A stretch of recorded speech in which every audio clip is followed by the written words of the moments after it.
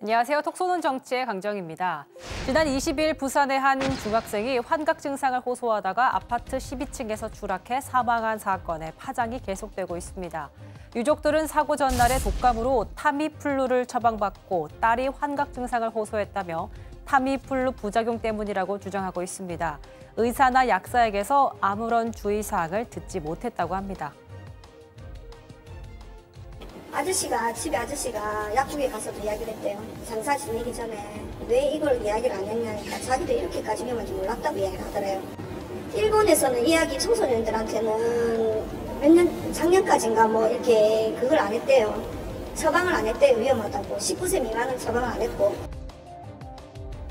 실제로 일본의 경우 지난 2007년 타미플루를 복용한 10대 독감 환자들이 투신하는 이상 현상이 잇따라 발생하면서 투약을 중지시킨 사태가 있긴 했습니다.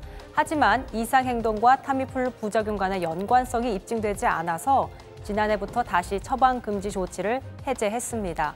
우리나라에서도 비슷한 사례가 있었는데요. 지난 2009년에는 한 중학생이 타미플루 등을 복용하고 아파트 6층에서 뛰어내려 골절상을 입었고 2016년엔 11살 남자아이가 21층 아파트에서 떨어져 숨진 사건도 있긴 했습니다. 파장이 커지자 지난 24일 식약처가 안전사용 정보 서한을 배포했습니다. 2009년 신종플루가 유행했을 때도 배포했었는데요.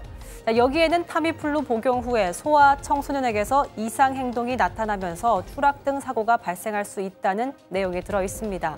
전문가들도 이상 행동이 타미플루 때문인지는 더 연구를 해봐야 한다면서도 타미플루를 복용한 소아 청소년의 경우 반드시 이틀 동안 모니터를 해야 한다고 말합니다.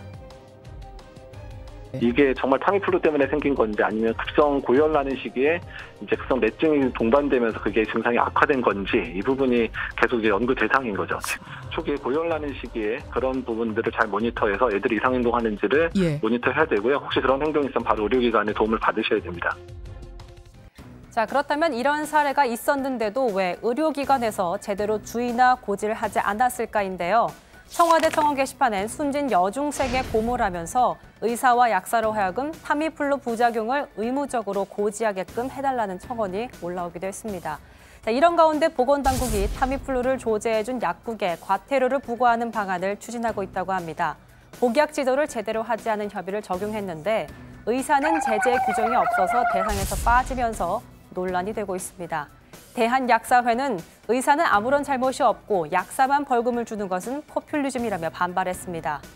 보건복지부는 오늘 의사협회, 약사회 등에 공문을 발송했습니다. 환자의 안전을 위해서 처방과 조제 시 의약품 복용의 주의사항 등을 충분히 안내하고 설명하라고 요청했습니다. 모든 약에는 대부분 부작용이 있다고 해도 과언이 아니죠. 만에 하나 생명을 앗아가는 일도 있는 만큼 의료기관들의 더욱 주의 필요하겠습니다.